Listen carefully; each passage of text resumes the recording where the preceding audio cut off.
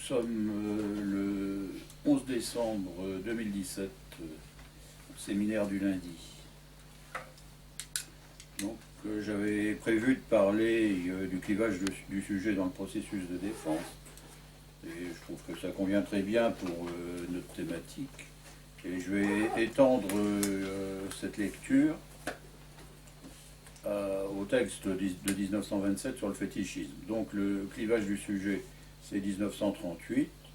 Bon, je l'ai commenté dans le livre sur les négations freudiennes, puisqu'il y est beaucoup question du démenti, c'est-à-dire de la Verleugnung, par rapport à l'Anerkennung de la réalité de la menace de castration. Je dirais qu'à parler de menace de castration, j'allais dire il y a une surenchère chez Freud.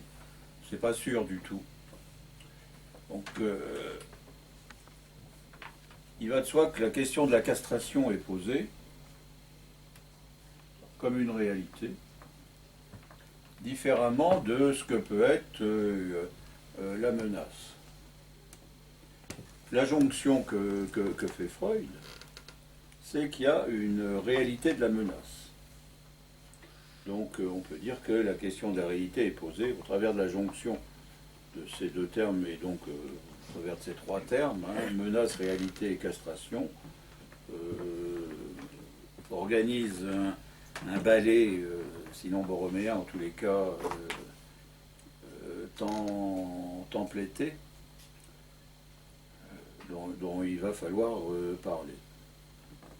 Du côté de la menace, qui est quand même de l'hypothétique, une menace n'est pas une réalisation, on se pose la question de la réalisation de la menace, justement, en termes de castration effective, mais de cette hypothétique, on renvoie donc à la fonction phallique, et tout ce qu'on peut dire à la fonction père, qui se retrouve aussi dans les textes de Freud, on va y insister, et qui est autre chose que tout ce qui peut se jouer au plus proche de la réalité, en termes de perception, comme ça a aussi été abordé hier à propos de bataille, mais donc pour moi en termes de représentation.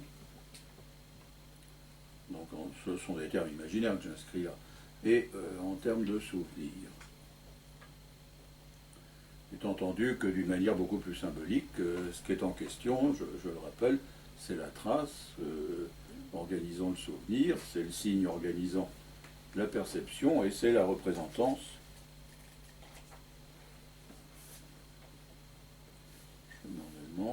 organisant la représentation. Donc c'est entre ces deux pôles que la question du fétichisme va se poser. Donc ma grille de lecture, c'est que ce templé organisateur de la réalité repositionne le sujet variablement entre ce qui est précisément sa position. On pourrait que je rajoute des méridiens, mais je vais surcharger plutôt. Donc je vais surcharger en disant que la position du sujet, je spécifie dans l'imaginaire par rapport à la signification qui est dans le réel et au sens qui est dans le symbolique.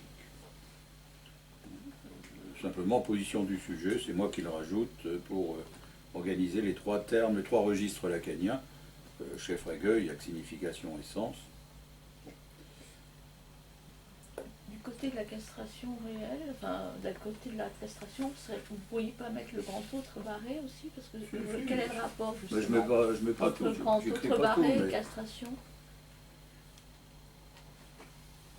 Le grand autre, du coup, pour moi, et ça se voit dans la psychose, on va dire, et dans le délire et dans les hallucinations, est le tenant-lieu de la réalité de ce que le sujet perçoit, l'hallucination comprise. Alors, Lacan est fondé à parler du grand autre comme le lieu de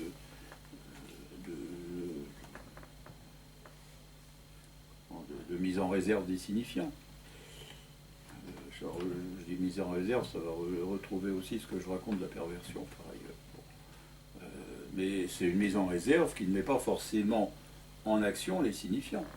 Pour les mettre en action, il faut cette signifiance de l'hypothétique, qui les met en action voilà, au niveau de ce en quoi ils sont producteurs de sens par rapport à ce positionnement qui est celui du sujet, la signification en retrouvant la question de l'objet. Chez Frege déjà. Donc il va de soi que le grand autre joue son rôle par rapport à la fonction phallique. Donc on peut parler de jouissance phallique et de jouissance de l'autre. Simplement, chez Freud, la question de la jouissance n'est pas développée dans ces termes-là, donc c'est pas exactement ce qu'on va lire chez Freud. Bon, on va lire comment le sujet se débrouille entre ces deux écueils, étant entendu que le templé prend une forme particulière, tout à fait définie dans certains textes. Freud est très clair, dans le texte sur le fétichisme, sur ce qu'amène tel sujet à utiliser tel fétiche, qui lui appartient en propre, que les autres ne voient pas, enfin bon, et qui doit être très pratique. Donc il s'agit d'un templé pratique, et qui est le fétiche. Le fétiche, c'est, si on en croit ce que je tends à dire avec les templés, ça déplace quelque peu le propos de Freud. Hein. C'est à la fois une manière de relier les opposés, hein, et de payer de deux côtés, comme dit Freud dans le clivage du sujet. Hein. Il n'y a que la mort de gratuite, donc du coup le sujet, quand il fait des choix, paye de toute façon. Et là, il va payer des deux côtés opposés en les reliant, et en même temps, c'est ce templé-là qui organise les deux jouissances, je dirais. Hein, ça organise évidemment la jouissance qui pourrait être simplement prise comme masturbatoire, mais qui est surtout la jouissance sexuelle de l'intéressé, mais qui organise aussi le rapport au travers de cette jouissance, le rapport à l'autre qui va se donner dans un lien de la jouissance phallique à la jouissance de l'autre. Enfin, c'est pas aussi explicite dans Freud. On peut le lire entre les lignes, si on veut. Enfin, ça, c'est donc la grille de lecture. Hein. Dans les termes de Freud, avant de les lire plus avant, je vous les rappelle, c'est toujours la même historiette. Hein. C'est le gamin qui se masturbe, un garçon, et à qui la nurse, la mère, hein, lui dit si tu continues de la tripoter, ton père va te la couper. Bon, avec un certain nombre d'effets. Donc il y va là de cette jouissance phallique donnée dans la masturbation. Dans les termes de Freud, c'est pulsionnel, je le rappelle. Alors que de l'autre côté, et donc c'est présenté en termes d'obligation pour obtenir une satisfaction pulsionnelle, tandis que de l'autre côté, on a affaire à un interdit. L'autre peut être prescripteur, mais surtout interdicteur.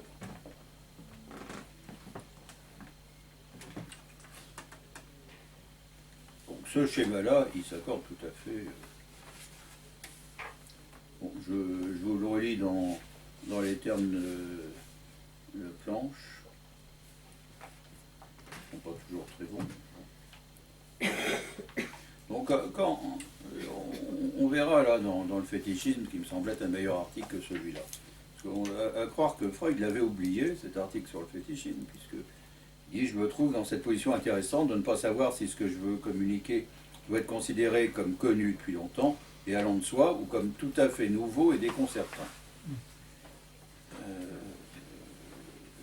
Il l'a déjà dit, hein, il l'a déjà dit 12 ans plus tôt, 11 ans plus tôt. Mais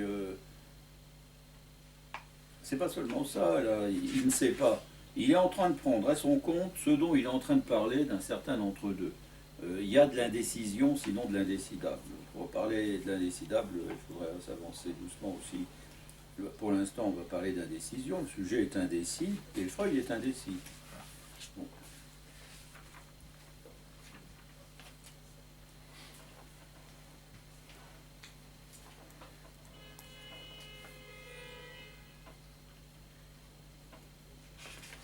Donc, il prend un cas particulier.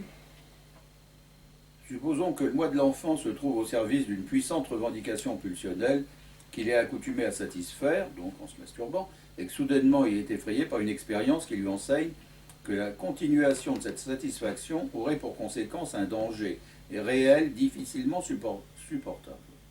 Il doit maintenant se décider, donc c'est toute la question de la décision qui est posée, hein, ou bien reconnaître le danger réel, ou bien dénier la réalité, enfin démentir la réalité. Donc, reconnaissance ou démenti, s'il dément la réalité, il va pouvoir assurer la persistance de la satisfaction pulsionnelle.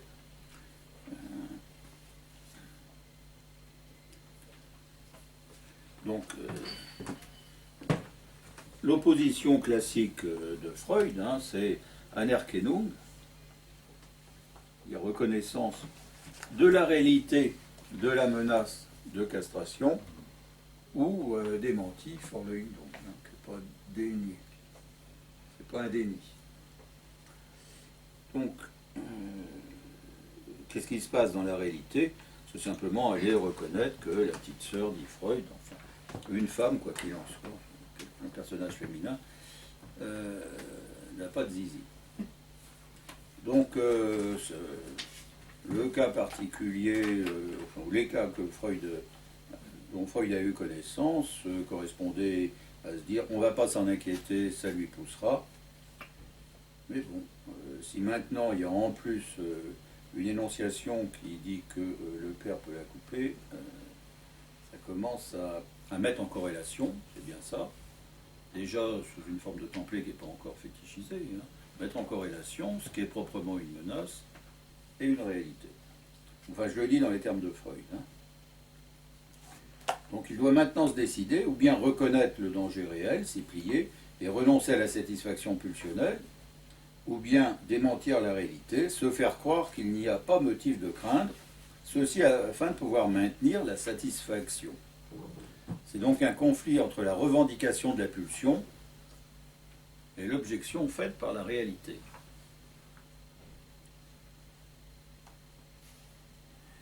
L'enfant, cependant, ne fait ni l'un ni l'autre. Il parle de son cas particulier. Ou plutôt, il fait simultanément l'un et l'autre. Ni. Moi, je trouve que ni, ça sent. Je vais plutôt soutenir ni l'un ni l'autre. C'est ni exactement l'un, ni exactement l'autre, parce qu'il est en train de soutenir les deux, non pas dans une identification simple des opposés, mais dans un certain mode d'articulation, qu'est le templé. Et ce dont parle Freud, c'est un symptôme templétique. Allons-y pour les néologismes.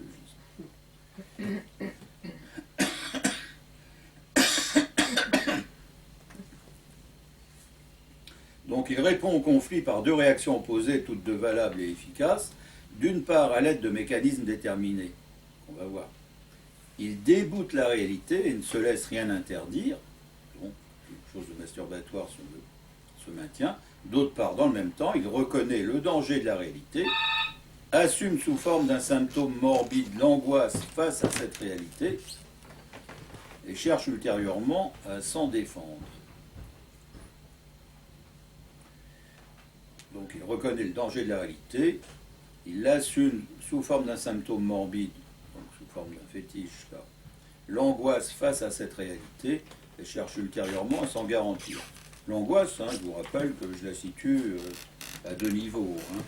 Il y a un niveau d'angoisse normale qui correspond à la crainte de voir disparaître tout ce qu'il en est de la fonctionnalité. Donc on est fondé à être angoissé du fait de la signifiance. Et il y a une angoisse d'un trop-plein de réalité qui vient justement contre cette question. Ce qui fait que l'angoisse dont parle Freud, là, c'est l'angoisse contre ce trop-plein de réalité.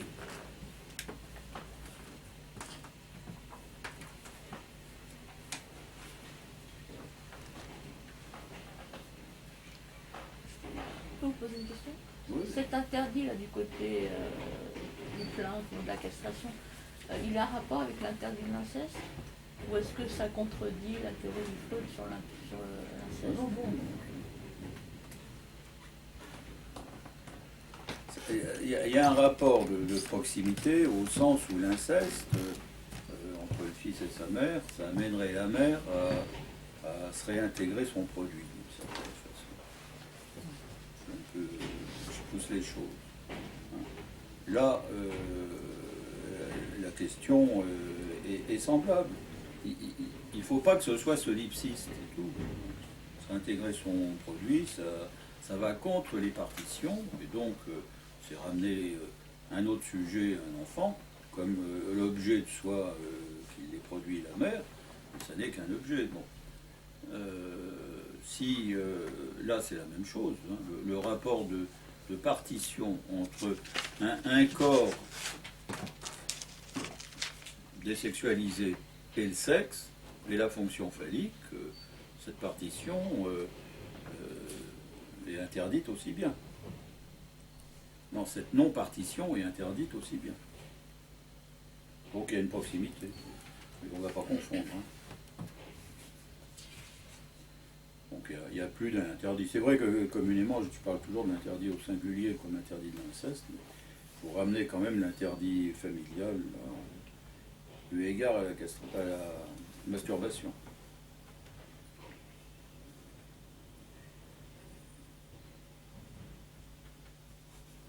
Donc les deux parties en litige ont reçu leur lot. La pulsion peut conserver sa satisfaction. Quant à la réalité, le respect dû lui a été payé. Toutefois, comme on le sait, seule la mort est pour rien. Le succès a été atteint au prix d'une déchirure dans le moi. Donc Freud insiste sur le clivage. Hein. Donc c'est ce clivage qui, à mon avis, fait passage entre tous les registres qui sont reliés de part et d'autre. Donc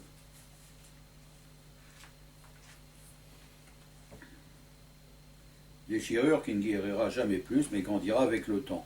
Les deux réactions au conflit, réactions opposées, se maintiennent comme noyau d'un clivage du moi, du sujet.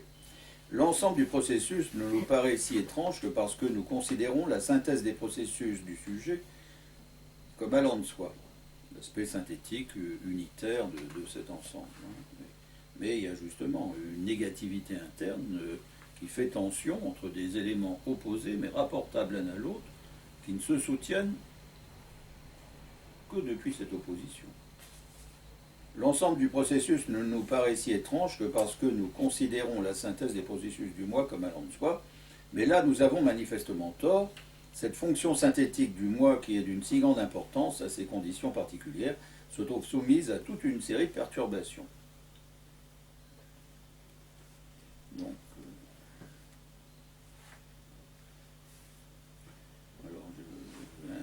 l'histoire qui donne, c'est un petit garçon entre 3 et 4 ans a fait connaissance des organes génitaux féminins par séduction de la part d'une petite fille plus âgée.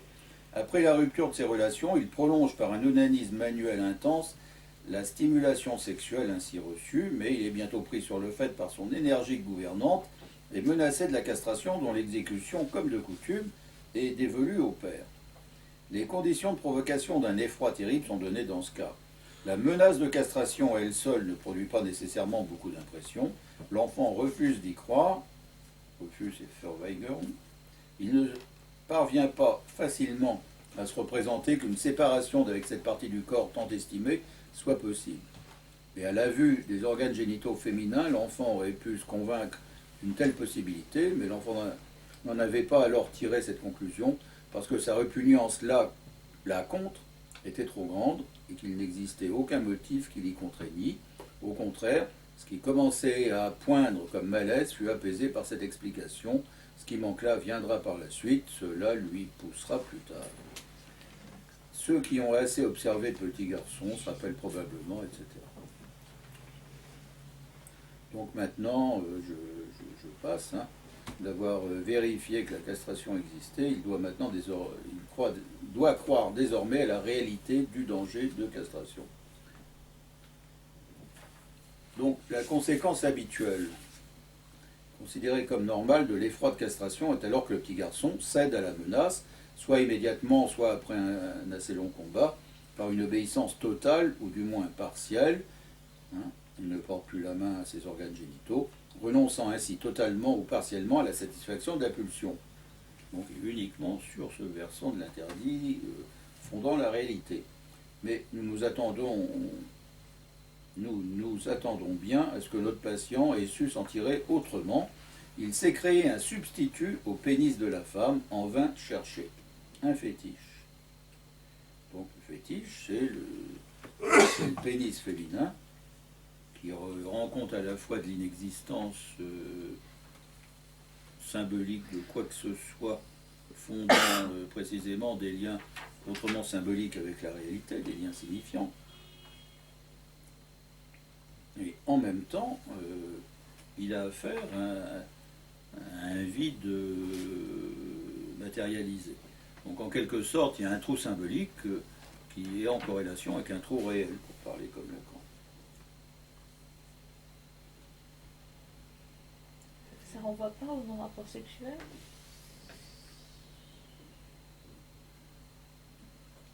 Là je suis plutôt en train de dire qu'il y a du rapport via du trou. Alors, mais le non-rapport sexuel, il faut plutôt le mettre en œuvre au travers du rapport. Hein. Donc il n'y a pas de non-rapport comme tel, exactement comme là. Je pense que ce que dit Freud, c'est valable dans tous les cas. C'est pas que qui que ce soit veut renoncer à une satisfaction pulsionnelle. C'est que n'importe qui va fétichiser.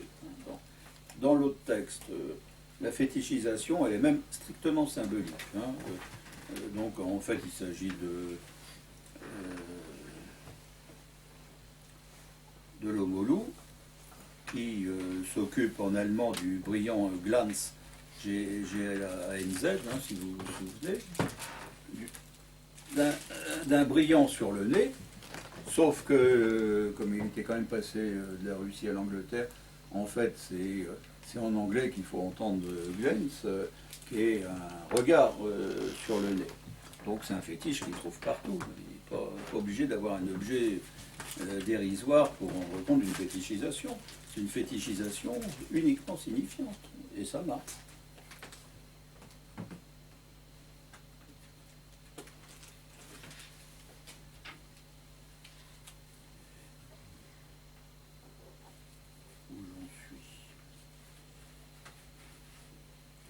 Donc ainsi a-t-il dénié la réalité, mais sauvé son propre pénis. S'il n'a pas dû reconnaître que la femme avait perdu son pénis, la menace qui lui a été faite a perdu de sa crédibilité, et il n'a pas alors eu besoin non plus de craindre pour son pénis. Il a pu poursuivre tranquillement sa masturbation. Bon, dans tous les cas, s'il y a un pénis féminin, ou pénis de la mère, etc., il est tranquille, c'est-à-dire que la menace ne vaut plus. Cet acte de notre patient nous impressionne en tant qu'il constitue une façon de se détourner de la réalité, processus que nous réserverions volontiers à la psychose. Ça aussi, c'est discuté en 1927, c'est pour ça que je le trouve plus intéressant, somme toute, le texte sur le fétichisme. Et il n'en diffère pas beaucoup, mais malgré tout, nous voulons suspendre encore notre jugement, car à une observation plus attentive, nous découvrons une différence qui n'est pas sans importance. Le petit garçon n'a pas simplement contredit sa perception, halluciné un pénis là où l'on ne pouvait en voir, il a uniquement procédé à un déplacement de valeur, transféré la signification de pénis à une autre partie du corps, processus pour lequel, d'une façon que nous ne pouvons indiquer ici, dit Freud, le mécanisme de la régression lui est venu en aide. Ce déplacement n'a certes concerné que le corps de la femme, pour son propre pénis, rien n'a changé. Donc il y a un équivalent de pénis sur le corps de la femme, pourquoi pas, enfin, c'est le sein, ou il y a comme ça les fesses, bon.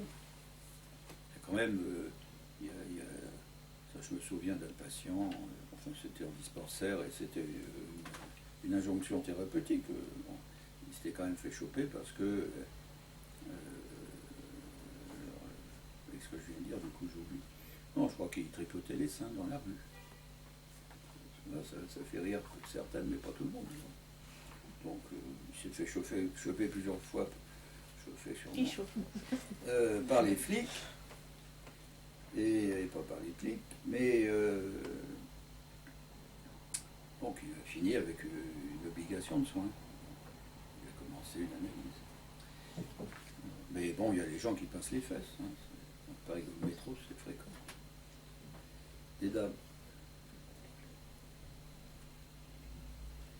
Bon, Freud poursuit, et puis je vais m'arrêter avec ce texte. Cette façon que l'on serait tenté de qualifier de rusée de traiter la réalité décide du comportement pratique du petit garçon. Il poursuit sa masturbation comme si elle ne pouvait mettre son pénis en danger, mais en même temps il développe, en pleine contradiction avec son insouciance, son courage apparent, un symptôme qui témoigne qu'il reconnaît malgré tout ce danger.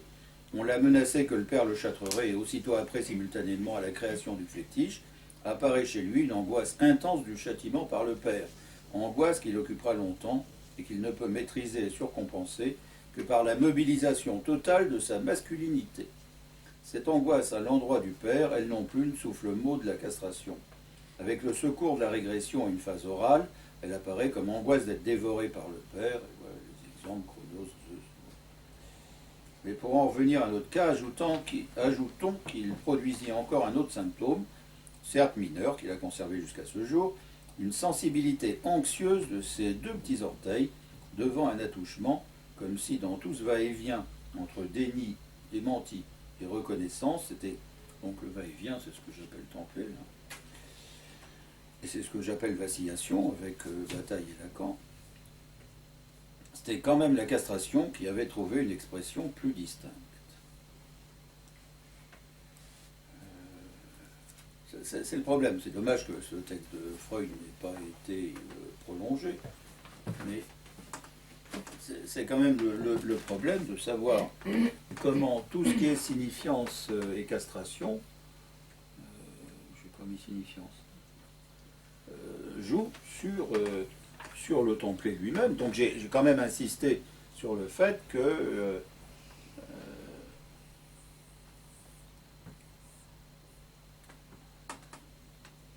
tout ce qui est la structure asphérique meubienne de ce plan projectif se densifie en un seul point qui représente l'ensemble de la structure. Ça n'est qu'une représentation figurée, il ne faut pas se méprendre. Mais du coup, tous les concepts qu'on met dans ce point-là trouvent leur extension dans les autres postes de la structure asphérique. Et du coup, il y a un lien qui s'organise du fait de cette asphéricité entre ce qui est strictement fonctionnalité et les opérations dépendant de l'objectification du monde. Donc, Est-ce qu'il faut différencier va-et-vient, passage, contournement, ou est-ce que c'est... Non, contournement, ce sont des conséquences de la même structure. Non, va-et-vient, c'est une mauvaise manière de dire. Le sujet, dans son indécision, va et vient entre satisfaction et interdit. Mais il y a un va-et-vient. J'ai entendu au colloque Bataille des oppositions entre le haut et le bas, homogène, hétérogène, etc. Qu'est-ce qu'a dit ça Marian Ben Mansour, je pense qu'il n'a pas suffisamment fait valoir la coordination qu'il y a entre ces termes. Là, ce qu'on est en train d'évoquer, c'est la coordination entre ces termes. On ne prend cette opposition qu'à raison de ce qui vient la limiter ou s'y opposer, ou justement faire valoir une mise en continuité de ces opposés, pour ne pas dire simplement une identification de ces opposés. L'identification, ça produirait, c'est au risque de produire des effets symptomatiques. Une mise en continuité, ça me semble être beaucoup mieux, ou un contournement de l'opposition, je préfère aussi, ou un passage d'un terme à l'autre dans cette opposition, donc c'est pour ça que moi je les prends équivalents, ça correspond à la même structure. La même structure qui peut aussi se conjoindre au niveau de la réalité de la castration. Donc la même asphéricité trouve sa condensation dans la réalité. Et parce que il ne faut pas oublier qu'il y a trois modes d'organisation de la sphéricité, trois modes conjoints dans cette affaire, même si je n'en parle pas à chaque fois de la même manière, et que donc ces trois modes assurent tous ces passages bien plus loin que de mettre en continuité, comme le dessin s'y prête bien, imprédicativité, prédicativité. Tout ce à quoi le dessin ne se prête pas doit être appelé aussi d'une manière signifiante. Donc quand on peut lire qu'il y a quelque chose de signifiant, comme autour de Glantz, dans l'organisation du fétiche, on tient aussi un bout symbolique, si je puis dire, qui mérite son attention dans l'organisation plus large de la réalité. Bon, je pense que au travers de la fétichisation, même avec une référence à Marx, on a affaire à de la marchandise, enfin, de l'extériorisation, c'est toujours quelque peu fétichisé. Mais c'est un fétiche qui renvoie au travers de la marchandise à